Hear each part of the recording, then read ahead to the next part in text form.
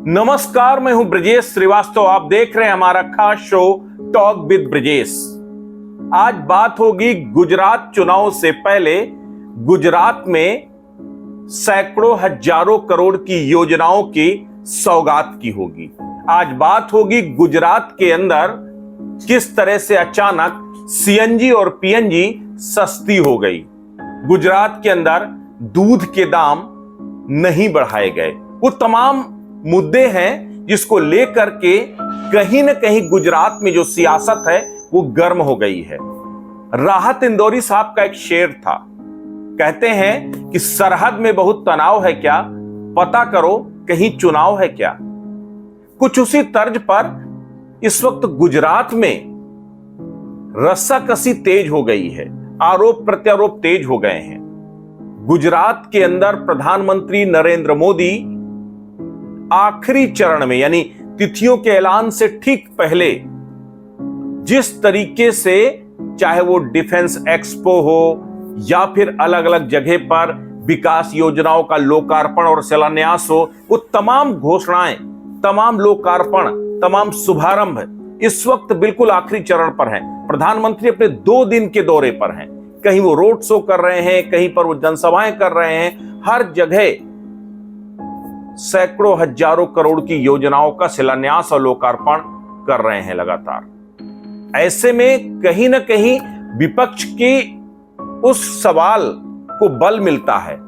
अभी जब कुछ दिन पहले चुनाव आयोग ने हिमाचल के चुनाव तिथियों का ऐलान किया, उस वक्त ये पूरी संभावना थी कि गुजरात और हिमाचल के चुनाव एक साथ कराए जाएंगे। लेकिन अचानक इलेक्शन कमीशन ने चौंका दिया जब केवल हिमाचल की तिथियों का ऐलान हुआ और गुजरात की तिथियों का ऐलान नहीं किया गया। ऐसे में विपक्ष ने सवाल खड़े किए कि दरअसल अभी प्रधानमंत्री के दौरे बाकी हैं, प्रधानमंत्री को कुछ बड़े ऐलान करने हैं, कुछ बड़ी रेवड़ियां बांटनी है, इसलिए गुजरात में चुनाव आयोग ने तिथियों का ऐलान नहीं किया। लेकिन बीजेपी ने उसको पूरी तरीके से खारिज किया था। लेकिन अब जिस तरीके से प्रधानमंत्री 2 दिन के दौरे पर गुजरात पहुंचे हैं, एक के बाद एक जो है योजनाओं का शुभारंभ किया जा रहा है, लोगों को सौगात दी जा रही है, और इस बीच में 2 ऐसे इंसिडेंट्स होते हैं जो कहीं ना कहीं सवाल खड़े करते हैं। अमूल के पूरे देश में 2 रुपए लीटर अमूल ने अपने दूध के दाम बढ़ा दिए, लेकिन गुजरात में दरियादिली दिखा रहा है अमूल। गुजरात के अंदर अमूल के दाम नहीं बढ़ाए गए, और जब यह कहा गया कि यह चुनावी रेवड़ी है तो अमूल ने इससे इंकार किया। उसने कहा नहीं, क्योंकि अमूल का लोकल प्लांट गुजरात के अंदर है, इसलिए जो है उसकी कॉस्टिंग गुजरात में कम आ रही, बाकी जगह ज्यादा आ रही है, इसलिए हमने बाकी जगह रेट बढ़ाए हैं, गुजरात में हमने रेट उसको लेकर नहीं बढ़ाए। लेकिन यह तर्क किसी के गले नहीं उतर रहा। अभी इस पर ही बहस चल रही थी कि तभी अचानक गुजरात की बीजेपी सरकार को जनता का हित दिखाई देने लगा, जनता का दर्द समझ में आने लगा, और अचानक सीएनजी और पीएनजी में जो वैट था सरकार का, उसमें 10% की अचानक कटौती कर दी गई। लोग हैरान रह गए। एक रात पहले जहां 8 रुपए महंगी सीएनजी और पीएनजी लोग ले रहे थे, अचानक अगले दिन जब सीएनजी डलाने गए सीएनजी स्टेशन में तो पता चला 8 रुपए सीएनजी सस्ती। तो लोगों को पहले यकीन ही नहीं हुआ कि आखिर ये हुआ कैसे, करिश्मा कैसे हो गया। पता चला राज्य सरकार को जनता के दर्द की याद आ गई है और वो जनता का दर्द दूर करना चाहती, इसीलिए सीएनजी और पीएनजी के वैट में कटौती कर दिया। इसको भी चुनाव से जोड़कर देखा जा रहा है। लेकिन सबसे बड़ी बात यह है कि जिस तरीके से चुनाव से ठीक पहले वो फिर चाहे वैट में कटौती करना हो, वो चाहे कीमतों के इजाफे को रोकना हो, या फिर हजारों करोड़ की योजनाओं का शुभारंभ लोकार्पण करना हो, क्या ये उस चुनावी रेवड़ी के दायरे में नहीं आती है? और दूसरा बड़ा सवाल, जिस फ्री बीज को लेकर लगातार चर्चा हो रही है, सुप्रीम कोर्ट भी कह रही है कि अब हमें फ्री बीज को लेकर तय करना होगा, हमें यह समझना होगा कि क्या मुफ्त की रेवड़ी के दायरे में आता है और क्या जनहित में आता है।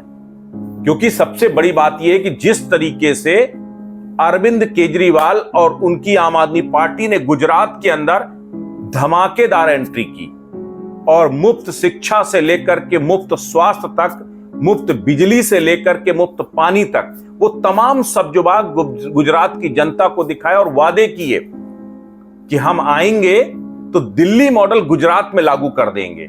उसके बाद प्रधानमंत्री से लेकर पूरी बीजेपी ने कड़ा हमला बोला और साफ तौर पर कहा कि ये मुफ्त की रेवड़ियां बांटना बंद करना चाहिए, ये खैरात है, ये लोगों की जिंदगी बर्बाद करती है।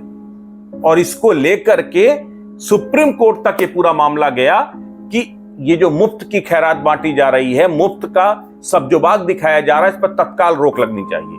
तब सुप्रीम कोर्ट ने कहा कि आखिर अब हमें तय करना होगा, इसको लेकर के ये मानक तैयार करने होंगे कि क्या फ्री बीज के दायरे में आता है और क्या फ्रीबी से अलग है।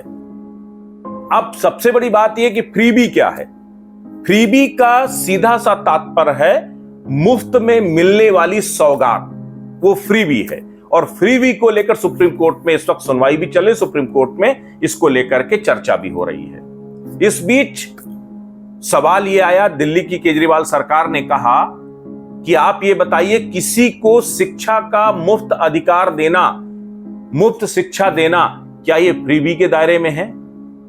एक जरूरतमंद को मुफ्त में पानी देना, क्या ये फ्रीबी के दायरे में है? क्या एक व्यक्ति को स्वास्थ्य के लिए मुफ्त दवाइयां देना, क्या फ्रीबी के दायरे में है? अगर ये फ्रीबी के दायरे में है तो सरकार जो रियायतें, जो सब्सिडी देती है, वो भी उसी दायरे में आनी चाहिए। तो ये वो तमाम तर्क वितर्क है। लेकिन इस तर्क वितर्क के बीच में कहीं ना कहीं गुजरात का चुनाव है, और गुजरात के चुनाव में जिस तरीके से आम आदमी पार्टी वहां की सत्ता नशीन दल बीजेपी को लगातार कटघरे में खड़ा कर रही है, लगातार वहां कांग्रेस के वोट बैंक को रिप्लेस कर रही है, तो वो गुजरात में कहीं ना कहीं सियासी तनातनी बढ़ गई है, या फिर कहें थोड़ा सा ब्लड प्रेशर बीजेपी का बढ़ता हुआ नजर आ रहा है।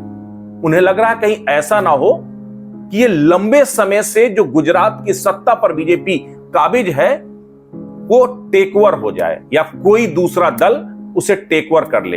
एंटी इनकम्बेंसी को खत्म करने के लिए प्रधानमंत्री नरेंद्र मोदी अब अपने चेहरे को उतारने को मजबूर हुए हैं। यह इस महीने दूसरा दौरा है प्रधानमंत्री का, जब वो गुजरात में चुनावी जनसभाएं कर रहे हैं, गुजरात में सरकारी योजनाओं की सौगात बांट रहे हैं।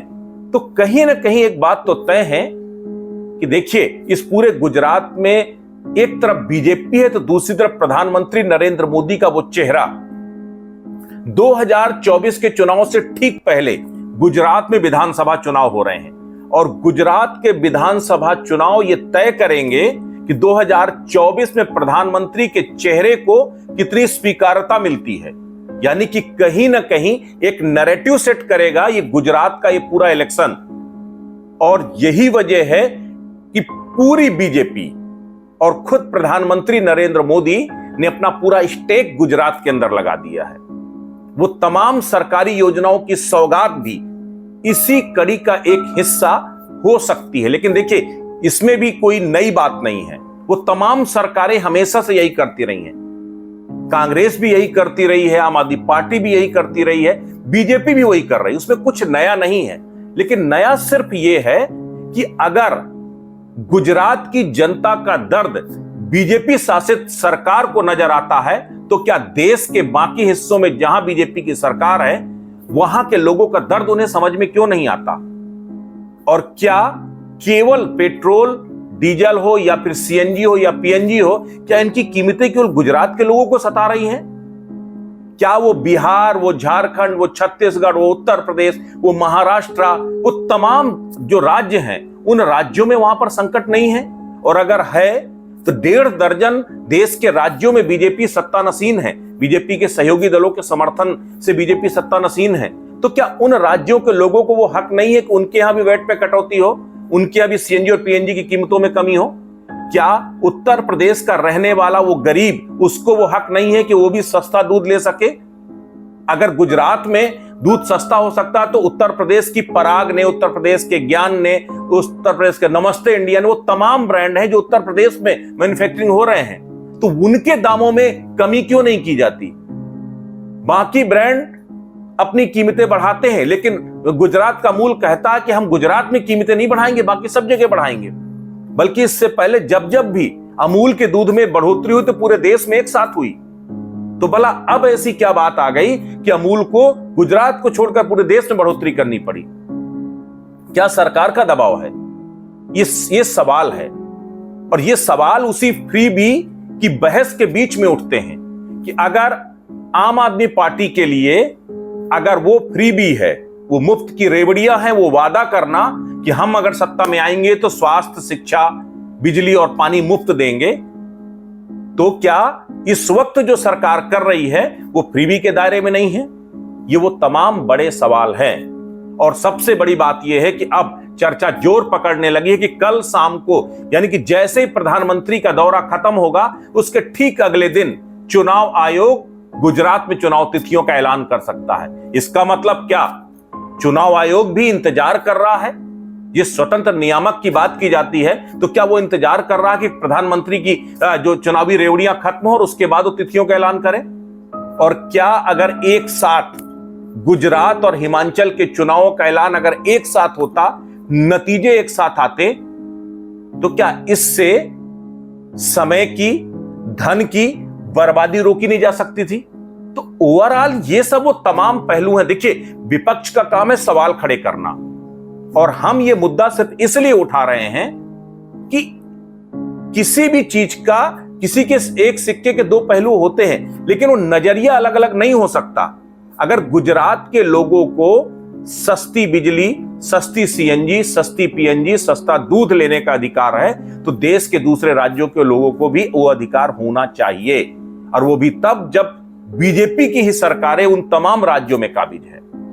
इस बीच में अब कहीं ना कहीं अगर चुनाव आयोग के डिग्निटी पर सवाल खड़े होते हैं, तो उसके पीछे कहीं ना कहीं ये वो तमाम परिस्थितियां हैं, वो तमाम समीकरण हैं जो कहीं ना कहीं सवाल खड़े करते हैं कि अगर चुनाव आयोग स्वतंत्र है तो फिर वो एक साथ चुनाव तिथियों का ऐलान क्यों नहीं कर पाया?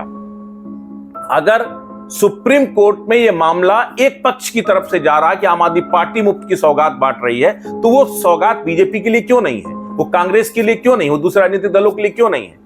तो ये सोचने वाली बात है। सीधी सी बात यह है कि अच्छा अच्छा गप गप और कड़वा कड़वा थू थू सियासत में स्वीकार नहीं होना चाहिए। मापदंड सबके लिए बराबर होने चाहिए। वो क्या गुजरात और क्या उत्तर प्रदेश, क्या मध्य प्रदेश और क्या असम, सभी राज्यों के लिए एक पैमाना होना चाहिए। सरकारें ऐसा नहीं कर सकती कि अंधा बांटे रेवड़ी और बेर बेर के दे। अगर ऐसा है तो जाहिर तौर पर इसमें सवाल है। तो आज के विश्लेषण में बस इतना ही, कुछ वाजिब सवाल थे जो मैंने उठाए हैं। आपकी इस पर राय क्या है, कृपया कमेंट बॉक्स में जरूर बताएं और हमारे पेज को लाइक और सब्सक्राइब जरूर करें। नमस्कार।